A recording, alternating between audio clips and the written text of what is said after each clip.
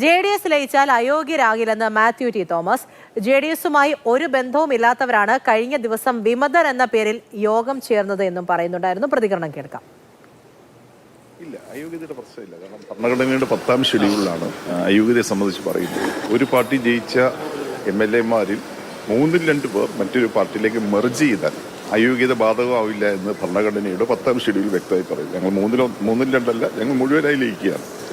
അയോഗ്യതയുടെ പ്രശ്നമേ ഇല്ല. തുറന്ന യോഗം ഞങ്ങളുടെ പാർട്ടിയിൽപ്പെട്ട ആരുടെയും പേര് കണ്ടില്ല. പാർട്ടിയുടെ പ്രാഥമിക അംഗത്വം പോലും ഇല്ലാത്ത ചില ആളുകളുടെ യോഗമായിട്ടാണ് ഞങ്ങൾ മനസ്സിലാക്കുന്നത്. കൊടിയൊക്കെ ഉപയോഗിച്ചെന്നുള്ള ശരിയാണ്.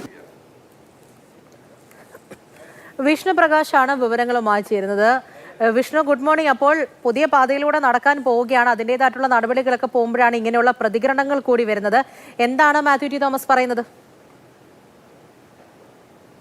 മായി സംസ്ഥാനത്തെ ജനതാദൾ നേതൃത്വം നേരിട്ട പ്രധാന ഒരു പ്രശ്നത്തിനാണ് ഇന്നിപ്പോൾ ചേരുന്ന ഈ ഒരു ലയന സമ്മേളനത്തോടെ ഒരു പരിഹാരമാവുക. കാരണം കഴിഞ്ഞ 3 വർഷമായി ദേശീയ JDS നേതൃത്വം BJP നേതൃത്വം നൽകുന്ന NDA മുന്നണിക്ക് ഒപ്പം നിൽക്കുമ്പോൾ ഇവിടെ ഇടതുപക്ഷത്തിനൊപ്പമായിരുന്നു സംസ്ഥാന JDS നേതൃത്വം നിന്നത്. ഇത് പ്രതിയോഗികളായിട്ടുള്ളവർ വലിയ തരത്തിൽ ചോദ്യം ചെയ്തിരുന്നു. ഇതിൽ ഇപ്പോൾ ഒരു പരിഹാരം കാണുകയാണ്. ഇന്ത്യൻ സോഷ്യലിസ്റ്റ് ജനതാദൾ എന്ന ഒരു പുതിയ പാർട്ടി രൂപം കൊടുത്ത് അതിൽ ലയിക്കാനാണ് ഇപ്പോൾ സംസ്ഥാനത്തെ JDS നേതൃത്വത്തിന്റെ ഒരു വിഭാഗം തീരുമാനിച്ചിട്ടുള്ളത്. ഈ പശ്ചാത്തലത്തിലാണ് മറ്റൊരു വിഭാഗം ഇതിന് പൂർണ്ണമായിട്ടുള്ള ഒരു യോജിപ്പ് ഇല്ല എന്നുള്ള ഒരു ഒന്നടങ്കം എടുത്ത ഒരു തീരുമാനമല്ല എന്നുള്ളൊരു ആക്ഷേപം ഉയർന്നു വന്നിരുന്നു. ഇതിലാണ് ഇന്നിപ്പോൾ മാത്യു ടി തോമസ് ഒരു വ്യക്തത വരുത്തിയിരിക്കുന്നത്.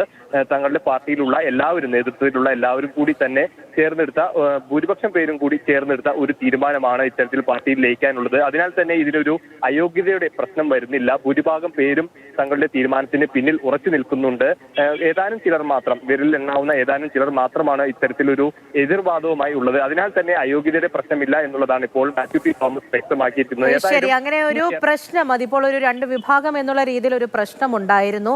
അപ്പോൾ അതിനെക്കുറിച്ച് തന്നെയാണ് മാത്യു ടി തോമസ് പറഞ്ഞത്. ഒരു ബന്ധവും ഇല്ലാത്തവരാണ് കഴിഞ്ഞ ദിവസം വിമതർ എന്ന പേരിലൊക്കെ യോഗം ചേർന്നത്.